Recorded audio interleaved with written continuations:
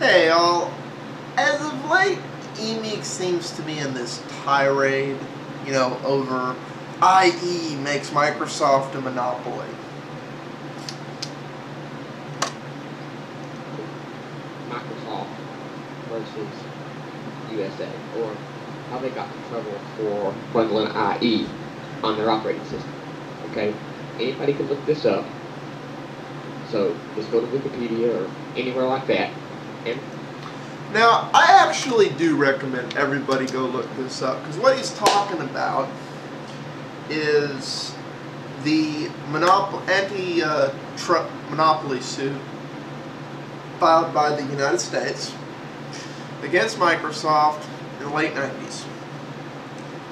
And now he's talking about this like the whole core of this thing is IE, and this is why I recommend you go look it up. What this was about was, at the time, Microsoft had got a predominant market share. Still largely have it, but they didn't really have any competition. And they decided, you know what, we're in charge of the operating system environment. We'd like to be in charge of everything else too. So they went to all the manufacturers that used Windows. And he doesn't even touch on the really good stuff in here. Here is the nitty-gritty of this case. What they did was, the IE was part of it.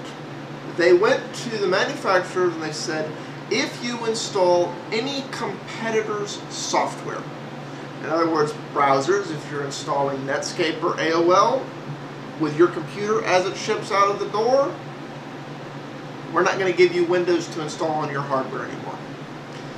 If you install WordPerfect bundle, which a lot of people did back then, that was an option. You could get a WordPerfect bundle. You could get it a hell of a lot cheaper than you could buy WordPerfect.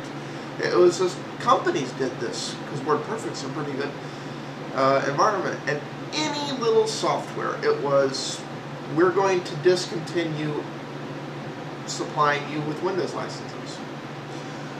There was also other things in the Windows licensing agreement which were just plain anti-competitive, which basically said, you owe us the fee for a Windows license for every computer you sell.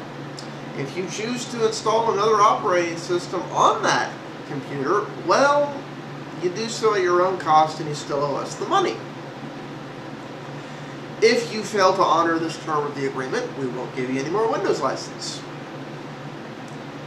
And that was what the anti-monopoly case was all about, because Microsoft was not content to have conquered the market. They wanted to squash any and all possible competition that could get to any niche they hadn't yet completely taken over. And they wholeheartly deserve to get brought up on that. I kind of wish the initial judge's ruling had been held up for the separate companies. Basically, this is development, this is the OS.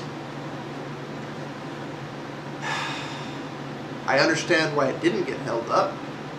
And at the end of the day, Windows benefited from that not being held up because they used to part. It's not, but not as much as they could have, because Microsoft's left foot very much doesn't know what its right hand's doing, and so on and so forth. If you ever need to doubt that, I can sum that up right here and there. Here is a Microsoft branded keyboard. Yeah, I know, I should be shot for having this, but it was a good keyboard. It was at a fair price. Bought it at Fry's. Probably just under a decade ago now. But on this keyboard, I don't know if you'll notice, but the default shortcuts for the F function keys have been rearranged in such a way that the F8 key is not the default F8 key. And that's the key you push to get the safe mode prompt screen in Windows. So the fact that this keyboard was manufactured and shipped with the Microsoft name on it goes to show that Microsoft's left hand does not know what its right foot's doing. But the fact that Emeek obsesses about IE, you know, proves that he completely missed the point. Here's the thing. At the time, and still to this day, this is why, and I agree, I hate Microsoft for all the things Emeek names. They're a horrible company. They do very things.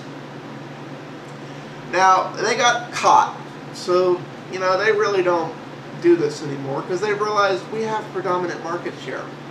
Shoot, we don't really need to worry, so they don't do this as much anymore. They still do to a point, and I don't think they're ever going to stop.